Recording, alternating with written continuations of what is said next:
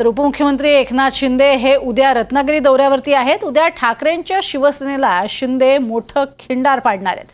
माजी आमदार सुभाष बने, गणपत कदम शिवसेनेमध्ये प्रवेश करणार आहेत। दुपारी 2:30 वाजता शिंदेंची जाहीर आभार सभाही पार पडणार आहे। विधानसभा निवडणुकीच्या निकालानंतर शिंदे पहिल्यांदाच रत्नागिरी दौऱ्यावरती जात आहेत। रत्नागिरीतील चंपक मैदान इथे त्यांची जाहीर सभा पार पडणार आहे, जी आभार सभा या नावानं होईल।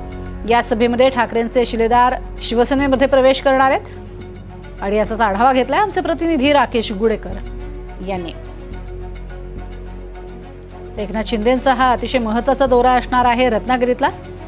उद्धव ठाकरेंचे शिलेदार हे शिंदे गटात प्रवेश करते होतील आणि त्यानंतर एक आभार सभेचं सुद्धा आयोजन करण्यात आलंय।